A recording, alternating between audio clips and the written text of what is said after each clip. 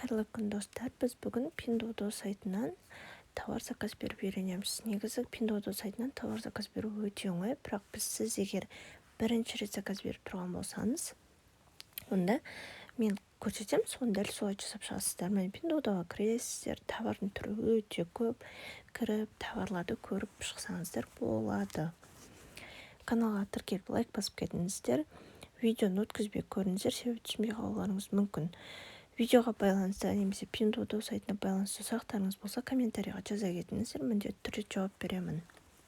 Енді қараңыздар, мен жаңағыдай товарлар қарап жатырмын. Осылай бірінші беттен жаңағыдай өзіңізге ұнаған товарларды көріп шықсаңыздар болады.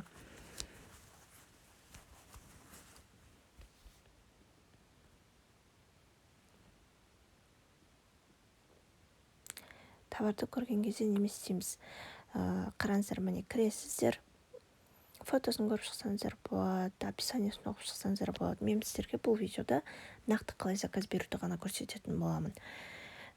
Товарға кіресіздер, көріп шығасыздар, міне астындағы жүректі басасыздар. Бұл сізде жаңағы ұнаған товарлар деген избранный дейді, сондайға кетеді.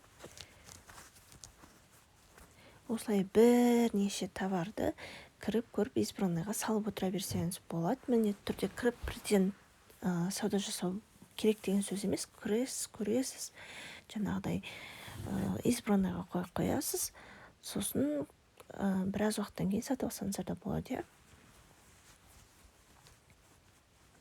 Қазір Қазақстанда хит болып жатқан неме, жаңағыдай сұранысқа ие болып жатқан товарлардың бәрі бар.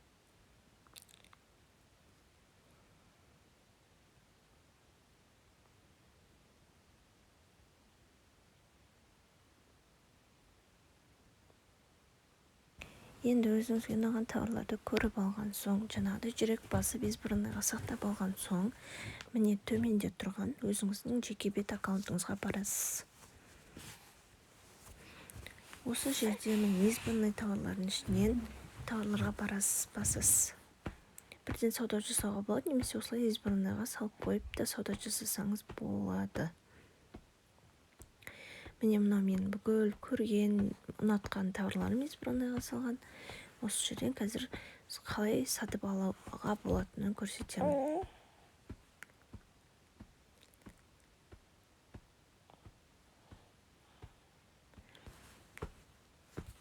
Міне товарға кіріп қарап көріп шықсаңыздар болады.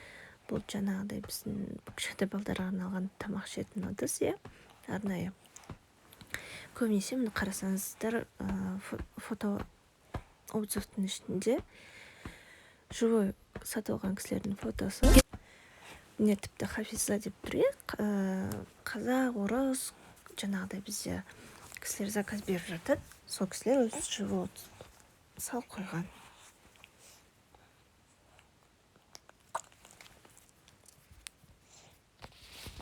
Асанали деп тұр.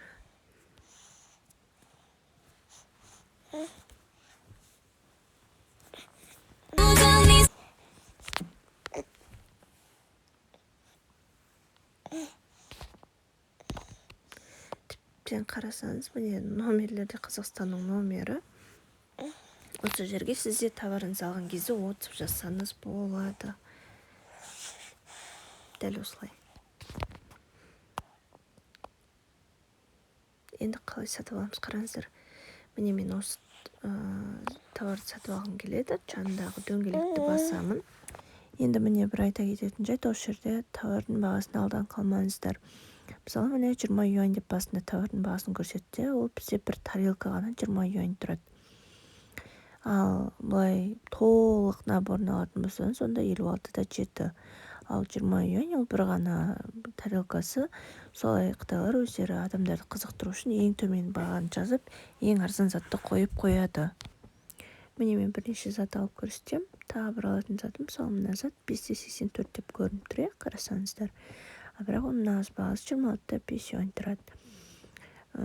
Неге? Себебі бұл 5,84 юань, көрсеңіздер, міне кішкентай ғана ойыншық. Ал мына нағыз ойыншықтың өзі 26-да 5 юань тұрады. Бірақ байқасаңыздар, басында 5,84 пен 29-да 7 деген сан жаңағы цифрлар шықты, яғни сол аралықтағы товарлар деген сөз. Міне осылай өзіңізге керегін таңдап аласыз. Мен мысалы бірінші тұрған 26-5 юань дегенді таңдаймын, батарейкамен деген тұрғанда ойыншықты. Сосын астында қызылды басасыз, сонда жаңағыдай товарды корзинаға салу деген мағынаны білдіреді. Енді міне менде екі затым 83-те 2 юань болды. Содан соң міне мынау қызыл батырманы басамыз жазуда. Міне бізге осылай төлем жасаңыз деген бет шықты, иә. Қараңыздар, Pinduoduo'да Каспий Голд картасымен төлеуге болады. Каспий Голдты қалай тіркеуге болатыны туралы менде видео бар, каналда кіріп қарап тіркеп шықсаңыз болады. Екіншісі WeChat арқылы, үшіншісі досыңыз төлейді, және төртіншісі Alipay деген бар.